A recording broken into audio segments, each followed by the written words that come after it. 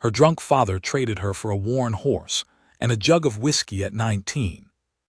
The horse was Caleb's first. Not the girl, the horse. I want to be clear about that because how a thing starts matters, and if I tell it wrong from the beginning you'll get the wrong picture of me, and I'm too old now to carry a wrong picture. It was Silas Prout's roan mare, the one with the split left ear, and I'd been watching that animal go to ruin for the better part of 2 years. Silas would tie her outside the meridian and leave her there through the cold, through the heat, through weather that make a decent man wince. She wasn't eating right, ribs starting to show. I'd brought her water a few times when nobody was looking, which is not something a man of 43 with a reputation to maintain ought to be caught doing, but there it was. I came to buy the horse. What I found when I knocked on the door of Silas Prout's claim was something else entirely. He opened it in his undershirt. Midday, but the whiskey already thick on him, that particular sweetness that isn't sweet at all, more like something fermenting in a room with no windows. He looked at me the way drunk men look at things they're already calculating uses for. Behind him at the back of the room, a girl was standing at the stove. She didn't turn around.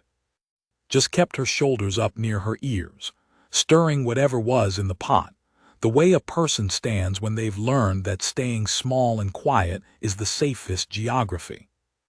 I told Silas I'd come about the roan. He tilted his head and smiled. Not a kind smile. The kind that means a man is about to do something he's been waiting to do for a while, and your arrival just gave him the excuse. He called the girl over. Her name was Nora. That's what he said, "Get over here, Nora," and she came, wiping her hands on her apron, and she looked at me once and then at the floor. She had a bruise at her jaw, yellowish, a week old maybe. Her eyes were the color of creek water in October, that cold gray-green, and they gave away nothing. She had that particular stillness of a person who has learned not to react, because reacting costs too much. Silas said he'd take $20 for the horse, a jug of my whiskey. He'd seen the bottle on my saddle, and the girl. I looked at him a long time. He thought I was considering the deal. I was considering whether to hit him. I decided against it, not because I was afraid of Silas Prout. I'd put harder men than him in the ground and slept fine after. I decided against it because the girl was still looking at the floor, and I didn't want the first thing she saw in the next 5 minutes to be a man's fist going somewhere. I said, "I'll take the horse and the girl, keep your jug." He laughed, said it was the best trade he'd made all season. I think sometimes about what that laugh sounded like, not with anger anymore, more with a kind of sadness, that a man could make that sound about his own daughter and mean it.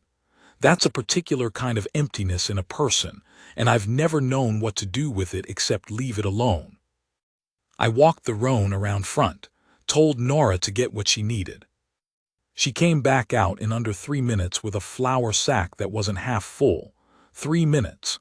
Which meant she hadn't had much to begin with, and what little she had she could gather fast because she'd been ready for a long time. That told me more about the house I was taking her from than anything Silas could have said. My spread was 17 miles northeast, out past the Crane Creek crossing where the land opens up into a kind of broad, flat silence. Not grand country, not the kind that makes men write poems. Practical country. Good grass, 2 solid wells, a creek that hadn't gone dry on me in 11 years. The house needed work, it always needs work. But the roof was sound and the stove drew clean, and there was enough room that 2 people could occupy it without crowding each other. We rode most of the way without talking. That was all right. I've never been a man who needs to fill silence. Silence is just weather to me, same as wind or cold. You ride through it. About 8 miles out, she asked me where we were going. I told her my name, Caleb Durst, told her she'd have her own room, told her I wasn't her father and didn't intend to act like him. She said, "What do you want from me?" It was a fair question, probably the most important question she knew how to ask by that point in her life. She'd learned that everything costs something, and she was trying to find out the price before she got there so she'd have time to prepare. I told her, I need somebody to help run the place. Cook, keep the house, help with the animals when it's needed. I'll pay you wages. Real wages, not room and board as wages. Room and board is room and board. Wages are wages. When you've got enough saved to go where you want to go, you go. She was quiet a while after that. Then she said, "You're serious?" I said I was. She looked at me then, really looked at me, the way she hadn't since the moment in her father's house. Like she was checking whether the face matched the words. I don't know what she saw. A hard-used man on a tired horse, probably. Gray at the temples, lines around the eyes, hands that looked like they'd been in weather for 30 years because they had. Whatever she saw, she turned back to the road. She didn't say anything else for the last 9 miles, but she sat different in the saddle, fractionally. The shoulders dropped maybe half an inch. I noticed that, didn't say anything about it, but I noticed. The first weeks, she was careful the way a cat is careful in a new place, mapping every exit, noting where every sound came from, sleeping light. I heard her those first nights, going still when the house made its noises.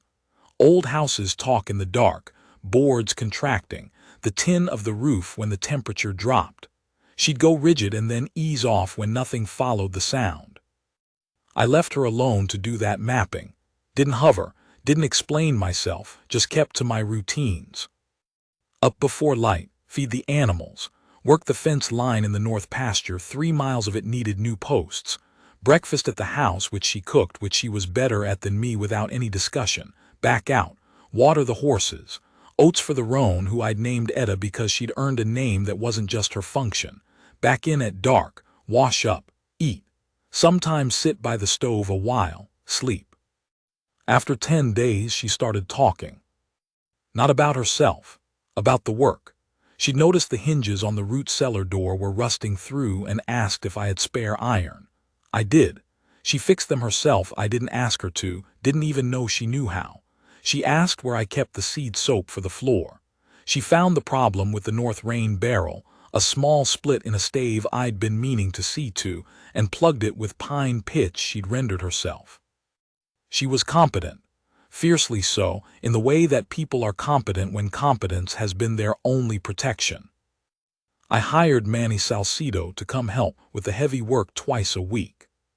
He was a good man, steady, but the first time he came around back of the house without calling out, Nora put a cast-iron skillet between herself and him before she'd finished turning around. Nothing dramatic about it. Just there it was in her hand and her face was still, and she was watching him. Manny looked at me, I looked at Manny. He started announcing himself every time after that, called out his name from the gate, took his hat off in the house. He understood without needing it explained, which is one of the reasons I'd hired him. She put the skillet down and didn't mention it. Neither did I, neither did he. There's a man named Corvin Hart. I need you to know about Corvin Hart. He ran a cattle operation 12 miles west of me. Bigger than mine, more land, more men, more money. He was the kind of man who took stock of everything and everybody in a county and calculated their use. When he heard there was a young woman on the Durst spread, he came riding over inside of 3 weeks. Very sociable, very correct, hat in hand, all smiles. Brought a pie, which his cook had made, which he presented like he'd made it himself. I watched Nora take that pie and put it on the table and step back to the far side of the room, putting me between herself and Hart without appearing to do it deliberately. I'm not sure she even knew she'd done it, but I knew. Hart made his pitch smooth as river clay. He was a widower, he had a big house.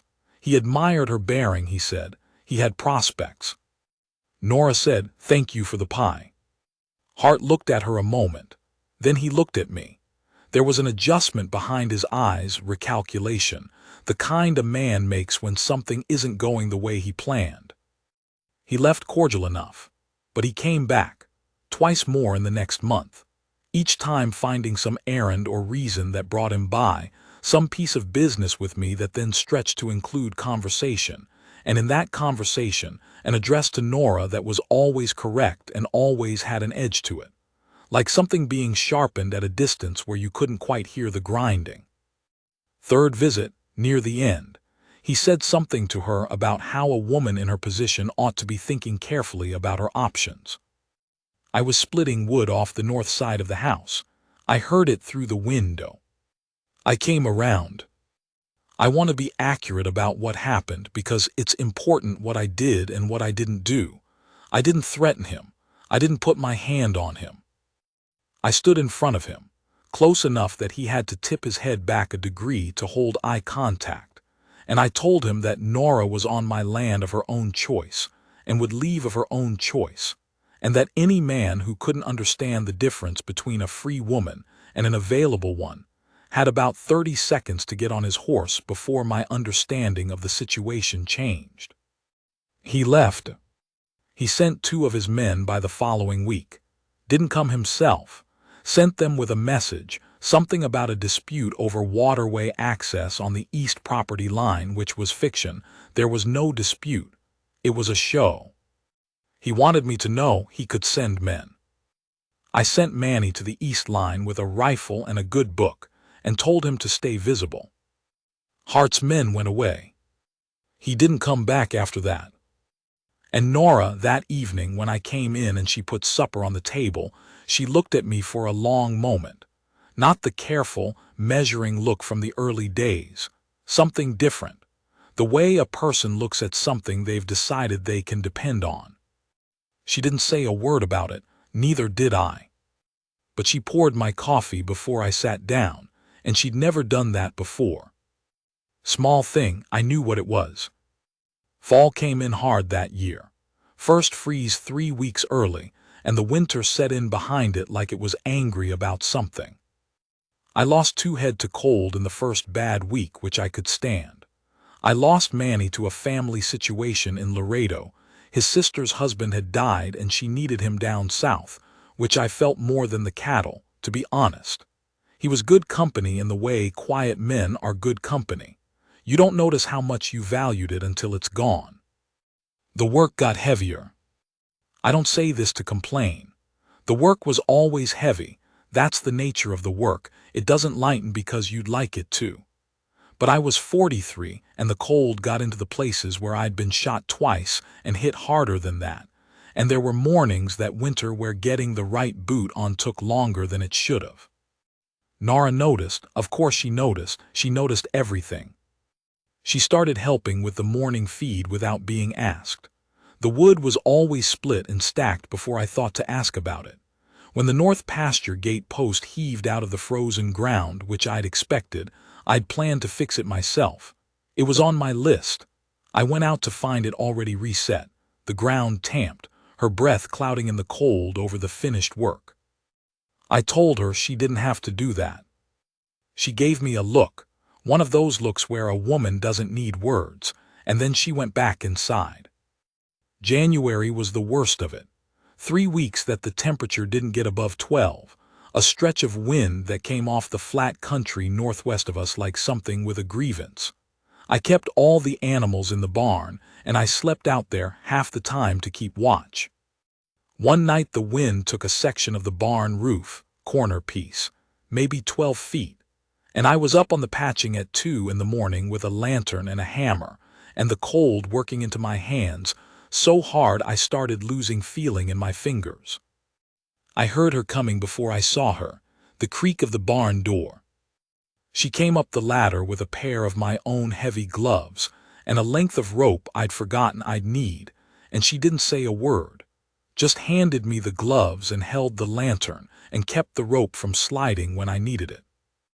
We worked up there for an hour in the dark and cold, the wind trying to take the lantern and take the patch and take us with it, and she held that light steady the whole time.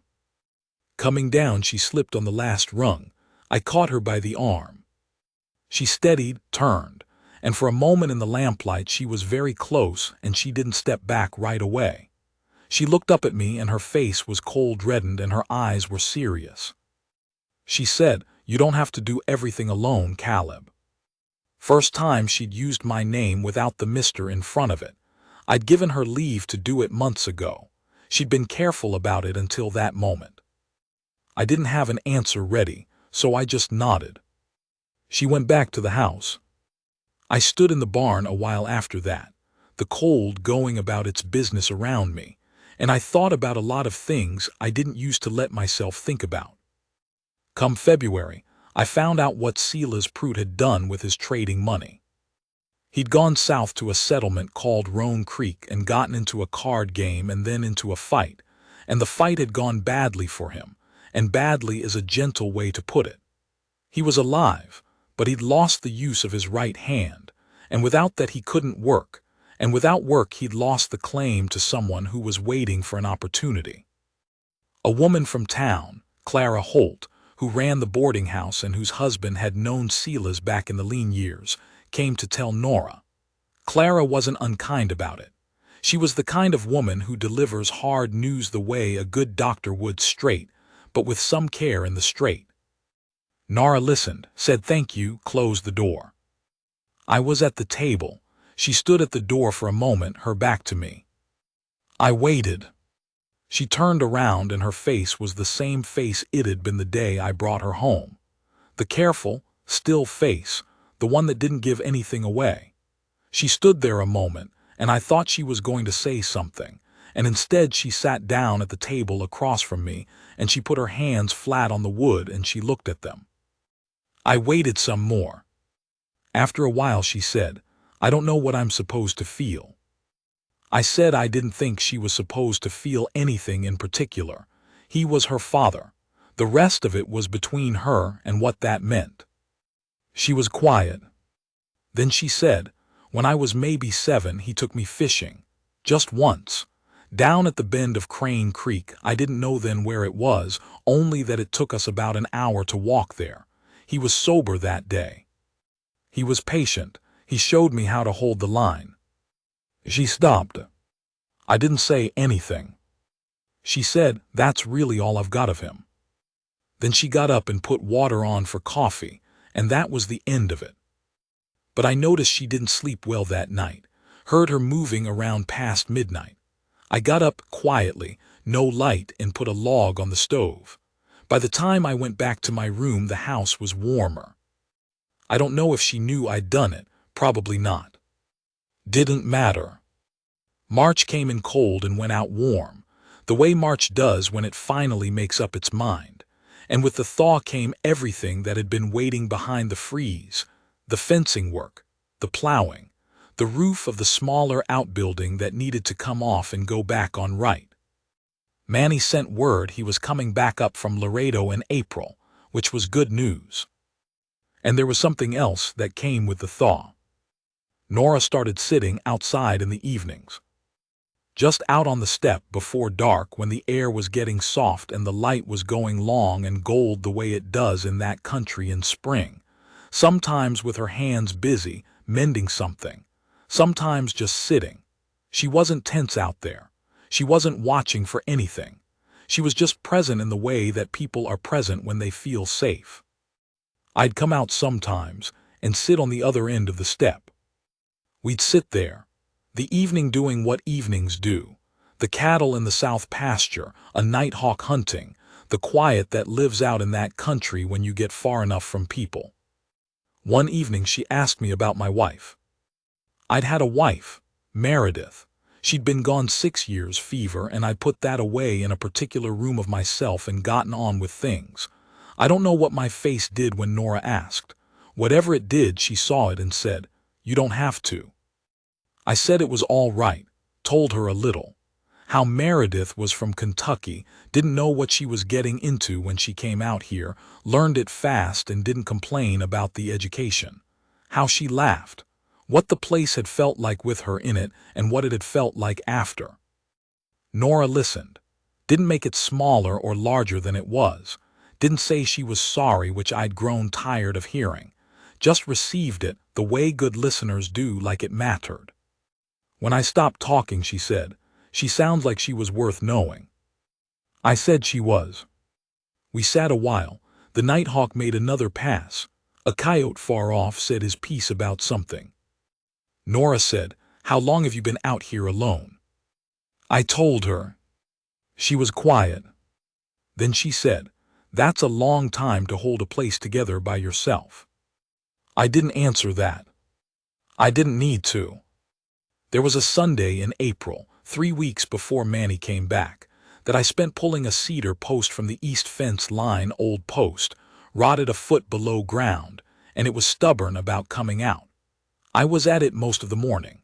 Hard work, the kind where you lose track of yourself in the labor, and by noon my back was reminding me of its opinions at length. I came in, and the smell stopped me at the door.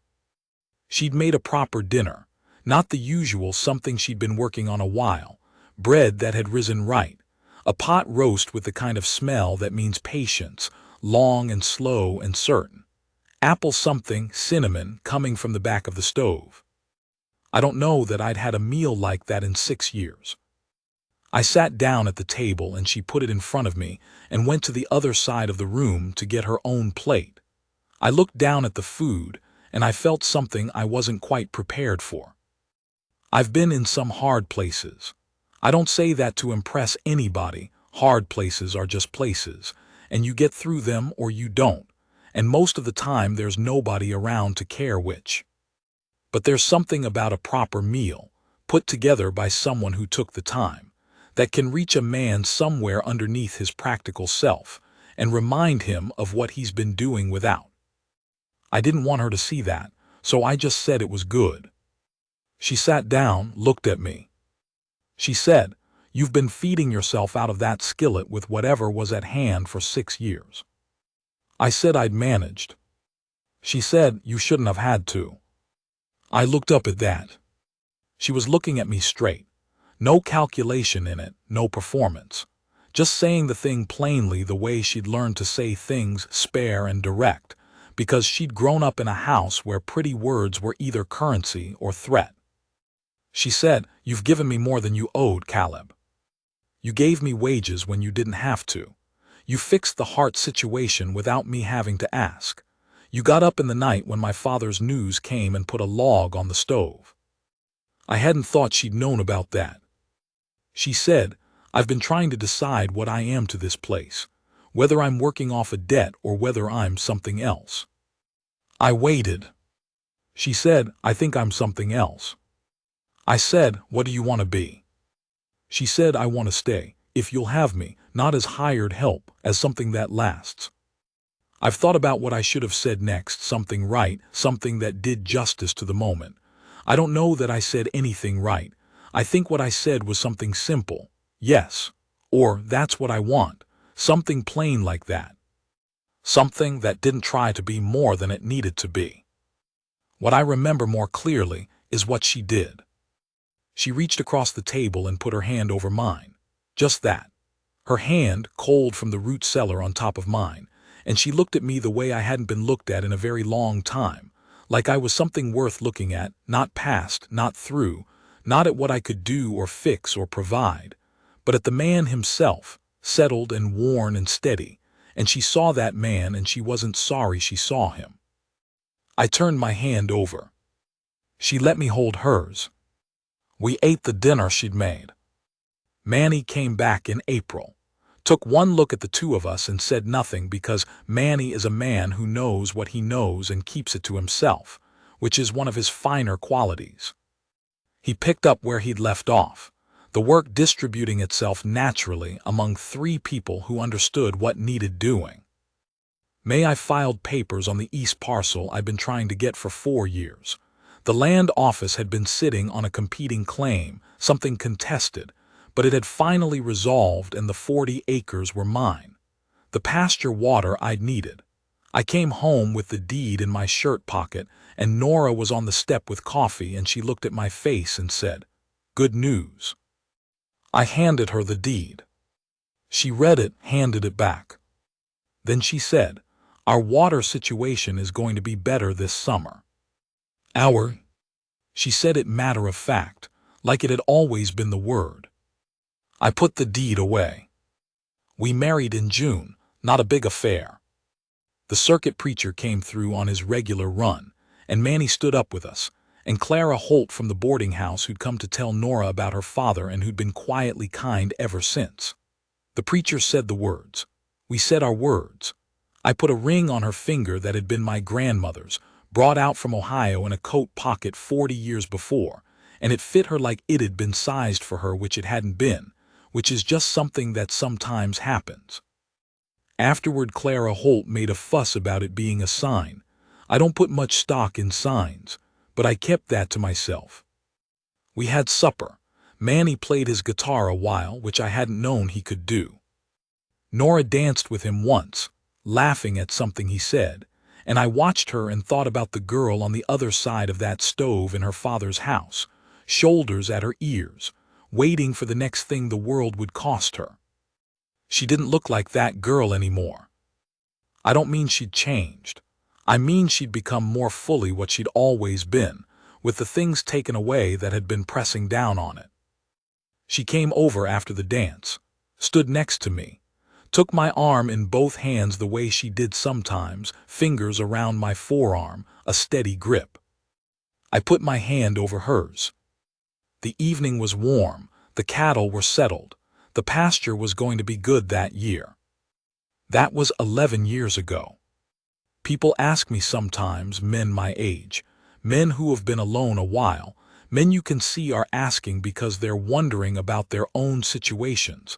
They ask how it is, how it works, a man in his 40s taking on that kind of responsibility, starting something over that late. I don't have a complicated answer.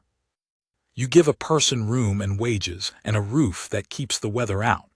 You stand between them and the Corvin hearts of the world.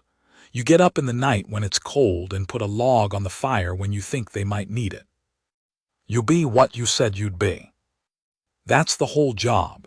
And it turns out there's a particular kind of woman, not every woman, but a particular kind, for whom a man who keeps his word and holds his ground is worth every choice she ever made. Nora is outside right now. I can hear her talking to Etta, the roan's old now, slow, not good for much but pasture, and the sound of her voice carries clear through the kitchen window, and the morning light is on the grass, and the east pasture is green from last week's rain. I'm going to finish this coffee. Then I'm going to go help her with whatever she needs.